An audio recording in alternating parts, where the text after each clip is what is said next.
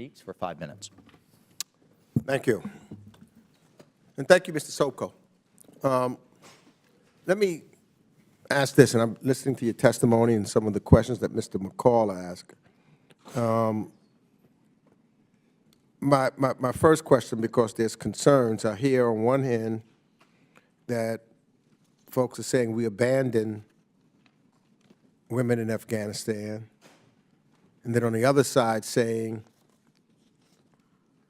we shouldn't engage to help women and girls with reference to the dollars that we're giving, because we're giving money to try to make sure that we help women and girls and not lose some of the things that we benefit from.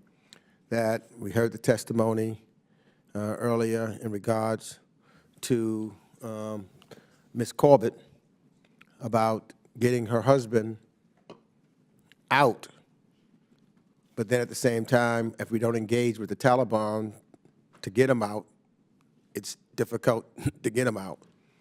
So it seems to me that we can't have it both ways, and I want to ask you this, because I too am concerned about the impact Taliban control is having on the status of women and girls in Afghanistan. And I would be remiss if I didn't say I'm also worried about any diversion of assistance. And I am also concerned about the potential of undoing the gains that were made during the 20 years that we were in Afghanistan. So my question would be to you, in listening to your testimony, what added oversight mechanisms do you think must be put in place so that we can continue to limit the funding for things like girls' education, access to employment for women, and access to health care, so that we can make sure that we're still doing that? What mechanism would you think we should put in place? It's a very good question, and just so you know, I mean, we are working on a number of requests from the chairman. We're not finished, so these are preliminary analyses we're doing.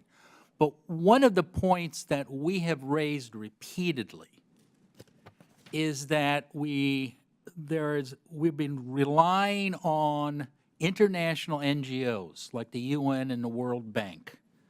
And although they're great organizations, we have historically documented, and the AID has agreed with us over time. We go back to like the first time I spoke, I think, before Congress, talking about the limited access we have to the books and records and information from the UN and the World Bank and the World Food Organization, et cetera.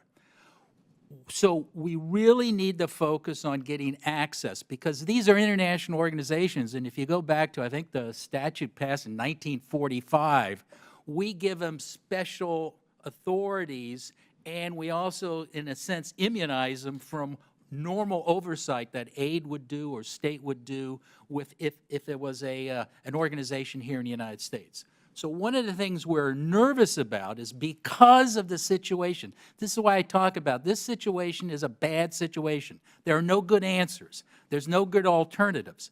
Because we cannot deal directly with the Taliban, because we don't recognize the Taliban, because we can't send American contractors in there and American employees from the state and aid, we actually are over-reliant, I think, on international organizations who, and again, if you take a look at the high-risk list report, which we issued, we just documented there's a problem dealing with them. That's why I think it's important to have USAID and the State Department here, you know, not to testify, you know, like as opposed to you or anything, but on a separate panel, so that we can hear from them as to what they are doing and what they're trying to do.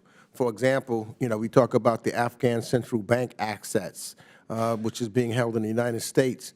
The whole fight is whether or not they would end up in Taliban hands. But if I understand the mechanism correctly, the Afghan Fund Board makes decisions unanimously, but the U.S. Treasury has a seat on the board.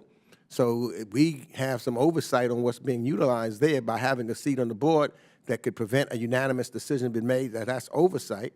But, you know, what's your assessment of those safeguards and the impact our presence may have on the ability of the United States to not only to decide what goes where, but to direct how the Afghan Funds is used? Well, Mr. Meeks, you raise a very good point, and we have a report that's now sitting over at State Aid and Treasury for their normal review. It should come out next month. The chairman requested it, looking at the Afghan Fund. And this, I'm glad you're asking that question. I would love to answer more. I know my time is shortly running out. But we have some concerns about it. That's $3.5 billion that President Biden gave to help the economy of Afghanistan without going through the Taliban. And a noble cause, we just don't know how it's going to be done. I mean, that's why we got somebody on the board. And so it's got to be done unanimously. Well, we have a question about how they picked the people on the board. And if you, in our statement, we raised some serious concerns about one of the people on the board, and I don't want to mention names in public.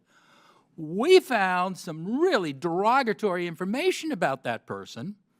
And I mean, I know I got super sleuths working for me, but this was like just doing a Google search. And when we brought it to the State Department, they said, well, hold it, we didn't know anything about that. So one of the questions we raise is, what type of due diligence did you do to appoint some of the people on the board? There's another person on the board who is actually a member of the Taliban Central Bank. And there's no conflict of interest rules in this. So I would love to talk in more detail. We are seriously concerned. That's $3.5 billion. Now, that was moved from the Federal Reserve in New York, moved to Switzerland, following Swiss law. Now, look, I'm an old country lawyer. I used to be a federal prosecutor, but when I talk about Switzerland and funding, I don't think openness.